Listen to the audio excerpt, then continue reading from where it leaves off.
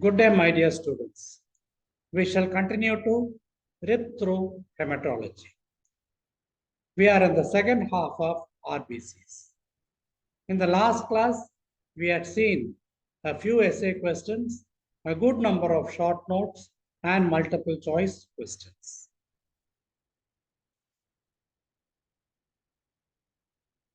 As advised, I would like you people not to change your book. Mark notes in a separate notebook. Write what is missing, go to R.A.T.S and back to your textbook. Please have your textbook open as you are listening to my class so that you are able to make use of it. No point in staring at the screen. The first class for the day is sickle cell anemia. It can be an essay or many parts of it can be asked as short notes. All of us know the substitution of valine for glutamic acid in the 6th position. As a result of which you find that there is a formation of hemoglobin S. This gets precipitated when there is stasis or hypoxia. That is what is shown in this picture from Robbins as well as my text. I would like you people to kindly see this and study this. If there is a similar diagram in your textbook, good. So, as it passes through the narrow sinusoidal spaces, there is stasis over here. As a result of which, there is hypoxia and there is a sickling of the RBCs. The sickle cells cannot pass through and there is stagnation and obstruction leading to infarct or necrosis. So this is of great importance.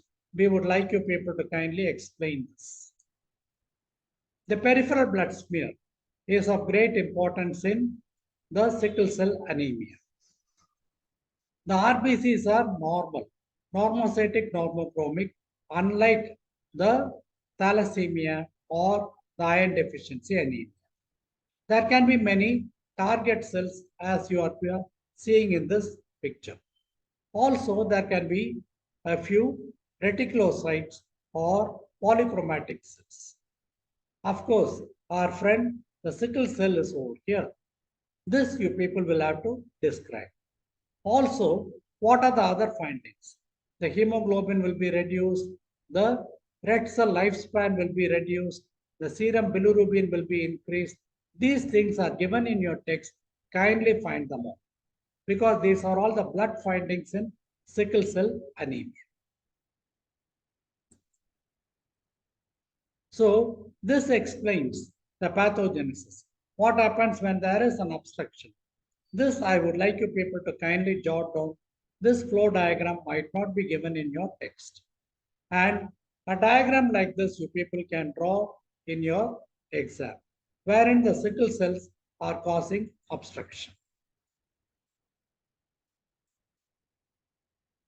There is something called the sickle cell crisis, a usual question which the students miss. There can be a vaso-occlusive crisis because of occlusion of blood vessels. Hemolytic, always when there is a stagnation, there is destruction. So there is massive hemolysis. Splenic sequestration, particularly in the spleen, repeated infarcts can be leading to what is called as autosplenectomy. Aplastic crisis, whenever cells are being destroyed, they are being produced by the bone marrow, but at one stage, the bone marrow gets burnt out syndrome, as a result of which there is aplasia. Acute chest syndrome, again because of hypoxia and stagnation. So also abdominal crisis in the viscera getting hypoxia. And finally bone, particularly the smaller bones of the hands, you find whenever there is a stasis, there is necrosis and excruciating pain. So this sickle cell crisis, you people will have to jot down, find out in your book, write down whatever is missing. These are the classical clinical features again shown. Any kind of a history can be given when it is a problem-based question, such as a leg ulcer or a patient from Africa, as you are seeing. So this you people will have to write. But don't concentrate too much on the clinical features alone because the blood picture and the other investigations are more important. Now, what are the other investigations? I given it over here. You go through the list and you will have to write.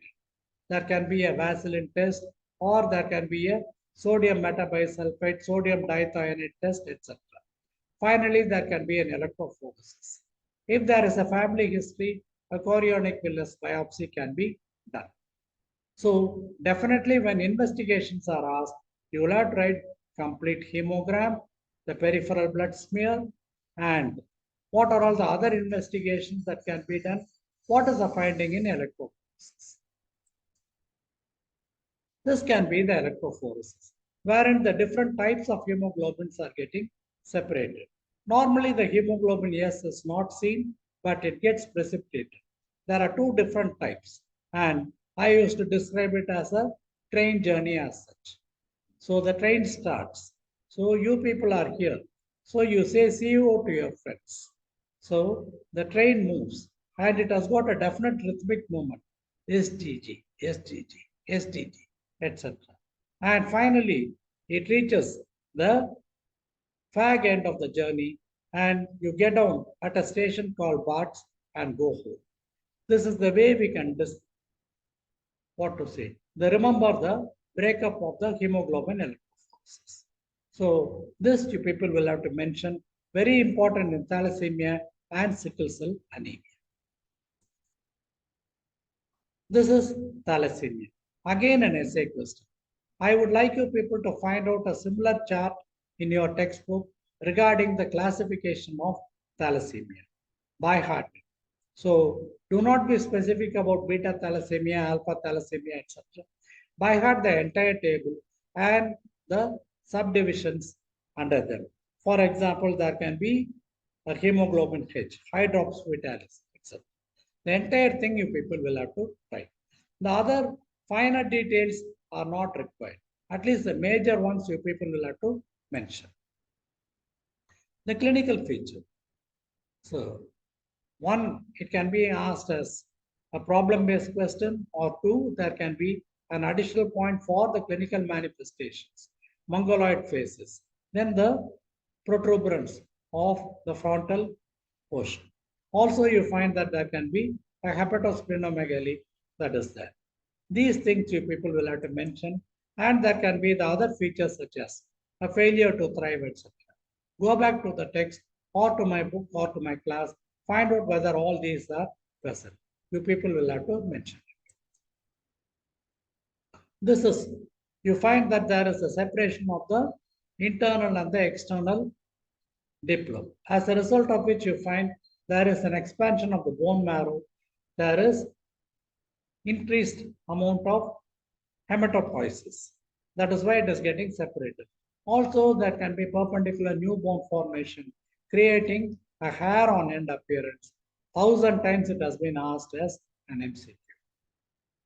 And this is a tautopsy, you find that there is a wide separation of the two tables. This is the peripheral blood picture. So I am finding hypochromic cells. A lot of these target cells are seen. Go to the book, find out the description, write it. As I mentioned earlier, in any peripheral sphere, you must describe the RBCs, WBCs, and the platelets. Here only RBCs are important. So microcytic, hypochromic, severely hypochromic, anisopoikilocytosis, lot of target cells. Whereas this is another one with iron deficiency. Almost the same description fits. Therefore, how will you differentiate? You people will have to mention. Even in your question, you can mention this as a differential diagnosis. The other things such as the hemoglobin estimation, serum bilirubin, you people will have to write. The reticulocyte count goes up in any hemolytic anemia. And reticulocyte by itself can be a question. So what is the stain that is used for it? And what is the normal count? Adults 0.2 to 2. Children, it can be 2 to 6. And when there is more than these values, it can be indicative of hemolytic anemia. How you do the counting, etc. is given. Any hemolytic anemia, the reticulocytes will be increased. New methylene blue and brilliant crystal blue are the states. Go back to the book and read it because this can be a separate question by itself. And what are the other findings that can be there? Remember the original table that I had shown you. You find that there can be a difference between iron deficiency, thalassemia, megaloblastic, etc. That particular table can be used for all the questions. In addition, these are the things. For alpha thalassemia, there can be alkali denaturation test that can be done. This is called the Nestrov test. You find that there will be the loss of transparency. In this one, I am able to see the letters over here. Here, because of the precipitate, that is not being seen. So the Nestrov test is wrong. So these are the values. I would like you people to kindly memorize it. Thalassemia is a little difficult question because people will have to mention the pathogenesis and this. This is the molecular basis of thalassemia. In the molecular basis, you find that there are certain abnormal things called as exons, introns, etc. They are all being progressively removed so that you get a normal hemoglobin. If you can mention this much, it is more than enough. When there is going to be a mutation or any defect in this, abnormal hemoglobins can get precipitated, leading to thalassemia. And this is the one diagram that I would like very much you people to draw. Thanks to Dr. Online, Robbins, as well as my R.A.T.S. So normally you find that the alpha and the beta hemoglobins, they are in pairs, they are in solution. When one is lost, the other gets precipitated. Because of precipitation, you find that there can be a sequestrum and a destruction. Because of that, the bone marrow will be producing excess of cells. So there is excess ineffective erythropoiesis. Ineffective. So in two ways you are having an anemia.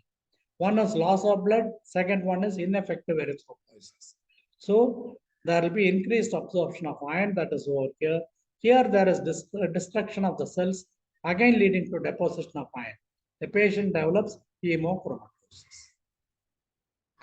That is why you get a expansion of the table over here. And finally, there will be skeletal deformities that you people can see, frontal bossing, etc. Now, this is the table that summarizes the salient features of thalassemia.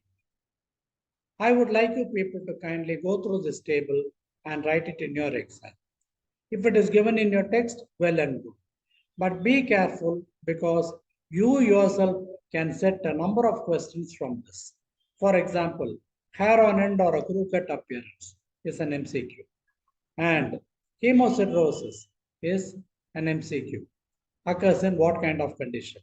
How Jolly bodies are increased? Target cells are formed. Basophilic stippling along with lead poisoning and other conditions.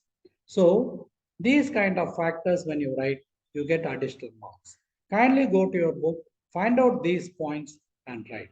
So in thalassemia, we have got the external test that you will do, the peripheral blood smear, the complete hemogram, the serum bilirubin, electrophoresis, etc. that you will have to write. And this is the alpha thalassemia showing the hydropic change and the hemoglobin bars.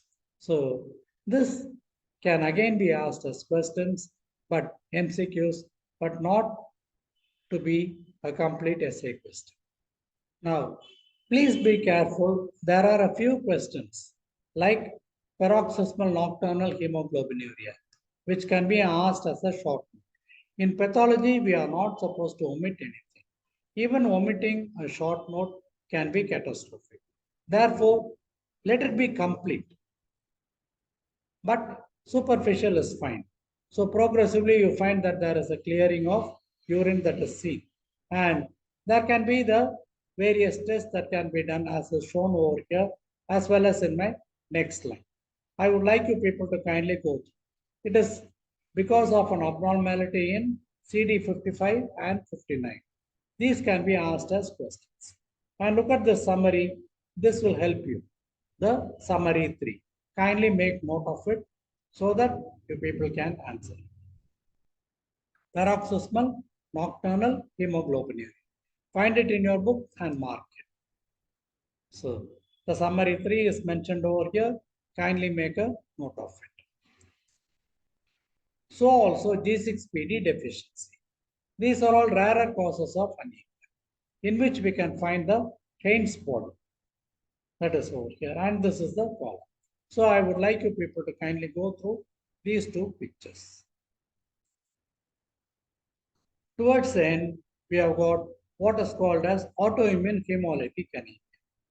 Kindly by heart this particular table alone, not going into the text of it. So if you get a question like this, it is a hemolytic anemia. So there will be serum bilirubin, there will be an anemia, reticulocyte count will be increased, etc. We people can write. There are two types of antibodies that are mentioned over here, kindly mention. And there can be spherocytes over here. So this is one of the conditions where there will be spherocytes. Also, there will be clumping of the cells leading to massive hemolysis. So these things alone you people can remember for the last 2 or 3 short notes. What are the investigations in hemolytic anemia? This is unlikely to be asked as a question for undergraduates. But then I put this table deliberately because each one I would like you people to see what is the investigation, what is the condition. So when this is there, you people will be able to write. AMS test for paroxysmal nocturnal hemoglobinuria. Landsteiner's test again for the same. Enzyme assay G6PD deficiency. Electrophoresis, sickle cell thalassemia. So this is a very good table which I would like you people to kindly by heart. So also this one. You find that there are different parameters which are either increased or decreased in biochemical investigations. Kindly go through these two tables as a summary for hemolytic anemias. The last part of it in the RBCs is the pancytopenia. Pan means all. Cyto is cell. Penia is decreased. When there is a decrease in RBC, WBC platelets, it is called as pancytopenia. And I would like you people to kindly appreciate this particular. So I have mentioned it as from A to as low as possible. Try to read it as this: aplastic anemia, bone marrow infiltration, so on and so forth. So pancytopenia, you people can write. Decrease in, and these are all the causes, that is okay. But pancytopenia is not aplastic anemia. Aplastic anemia, the causes. There is a good mnemonic that I have picked up. Kindly go through it. So there is something called as idiopathic and then secondary. So idiopathic, the cause is not known. Secondary, it can be because of toxins, radiation, drugs, then paroxysmal nocturnal hemoglobinuria, etc. Myelodysplastic syndrome. And there can be a reduction in the stem cells also. So these can be the causes. Kindly mention the causes. This is a very important question which students usually omit. And this is what I find in the peripheral smear, nothing will be there. All the RBCs, WBCs, platelets will be decreased. Bone marrow, we get what is called as a dry tap. Look at this marrow, there is hardly any cell, only fat. So no cells will be seen.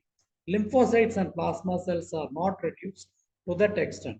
But erythroblast, megaloblast, then you find that, myeloblast, and then megakaryoblast, all are decreased to some extent. There is a dry tap. You'll have to mention it. Therefore, a biopsy is more useful in this case. What are the, how do you classify? What are all the causes? What is the difference cause for pancytopenia and what is the feature? Markedly hypocellular marrow and decrease in all the lineages. Relax, nothing is under control. We shall continue with WBCs.